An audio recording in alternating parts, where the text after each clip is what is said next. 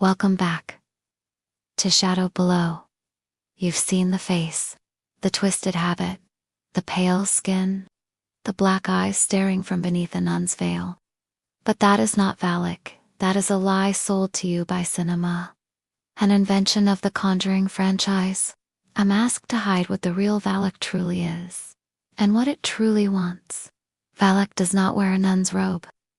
It does not whisper in a convent. And it does not chase priests down candlelit halls. The real Valak predates Christianity. Predates the cross. Predates even the written word. In the Ars Gaudiae, the first section of the Lesser Key of Solomon, Valak is listed as the 62nd demon. There, he is called Valak, also known as Valak, Valak, or Yulak. He appeareth like a child with angel's wings. He is a president mighty and great.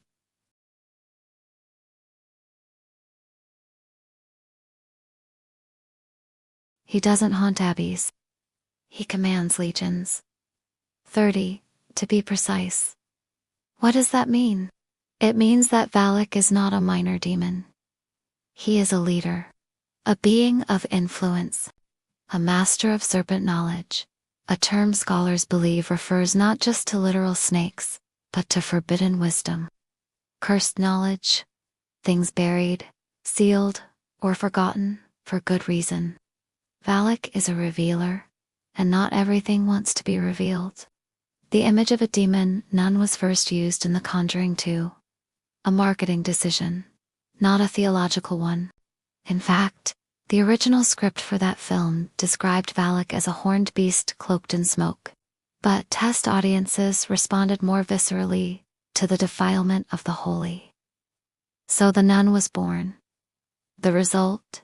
Millions now associate Valak with Catholicism.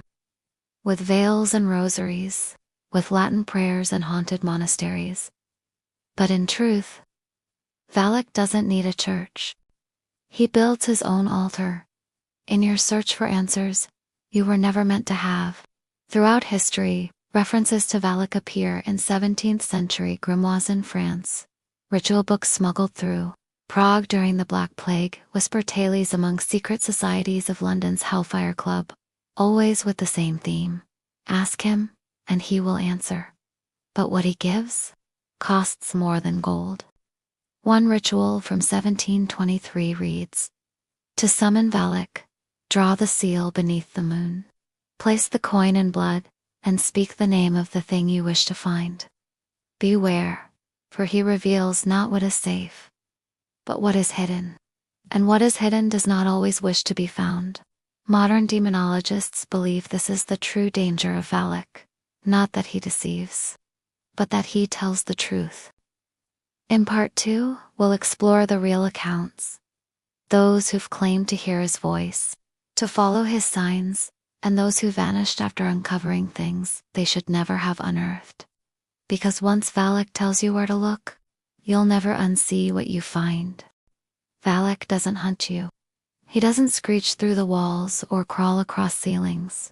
He waits, and when the need to know, that unbearable, unholy urge to understand, becomes louder than your fear, that's when he speaks. Prague, 1891. A man known only by the initials E was found trespassing beneath the ruins of the St. Agnes Monastery. He told authorities that a voice in his sleep gave him a map, not drawn on parchment but tattooed across the ceiling of his dreams. He followed it. Beneath the earth, he found a sealed vault, inside which were charred manuscripts, brittle bones, and a gold amulet carved with an unknown sigil. A winged child, sitting upon a twin-headed serpent. His journal held only 4 lines. He told me where to dig. He told me what they buried. I opened it. It blinked. The next morning Ike was found dead in his cell. His eyes were completely blackened. From within, there were no signs of struggle. But his tongue? Torn off, bitten, clean, swallowed. Los Angeles, 2007. An underground podcast host gained cult popularity for his late-night show on missing persons cases. he claimed, mid-broadcast, to have established a link with something that knows where they all went. His next 3 episodes detailed vaults beneath the city, rooms that don't appear on blueprints, and names that don't return search results. Then, silence. His final words caught mid-recording were, "They're not missing. They were invited." Police found the studio abandoned. No signs of forced entry. But on the desk, left exactly under the microphone, was a child's crayon drawing. A boy with feathered wings, grinning on the back of a 2-headed dragon. There was no title, only the number 62, written over and over in the margins. Jerusalem, 1926. A group of European archaeologists excavating beneath the valley of Hinnom unearthed a tomb that had no doors, only a spiraled passage sealed with lead. Inside was a shrine that defied natural symmetry. The carvings wrapped in on themselves, forming impossible loops, angles that bent light. And minds. 2 team members were dead within a month, both diagnosed with sudden degenerative brain collapse. Only one woman, Lise Heller, survived.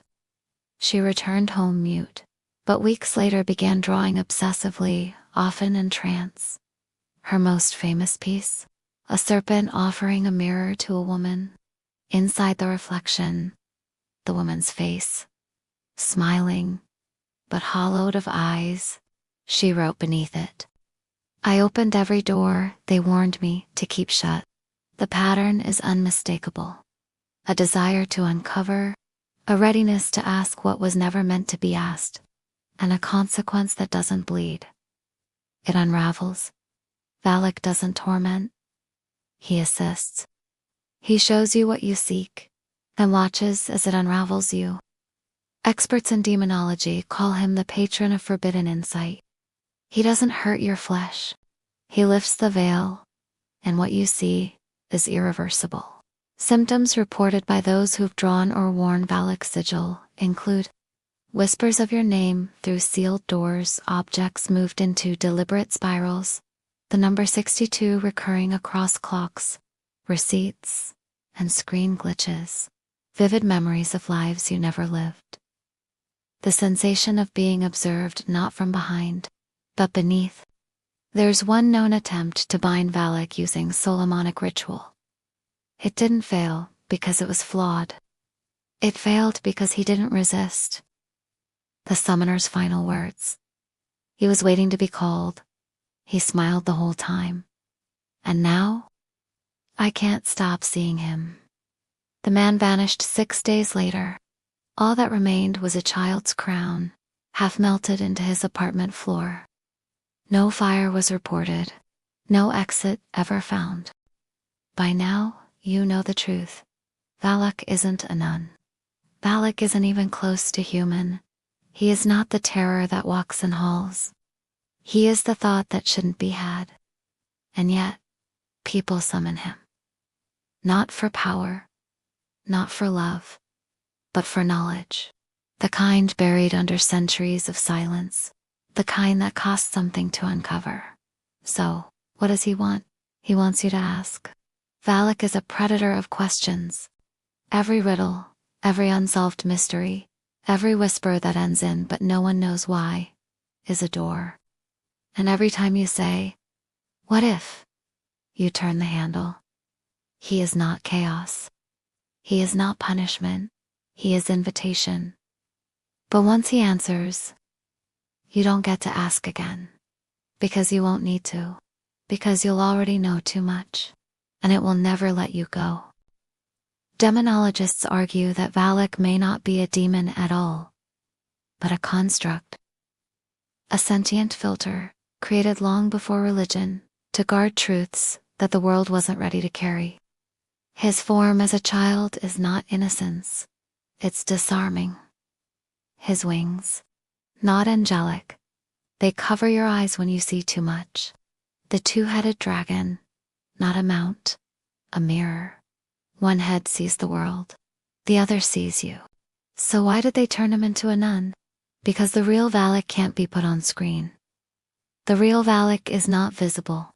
He's an experience, a pattern that haunts thoughts, not houses.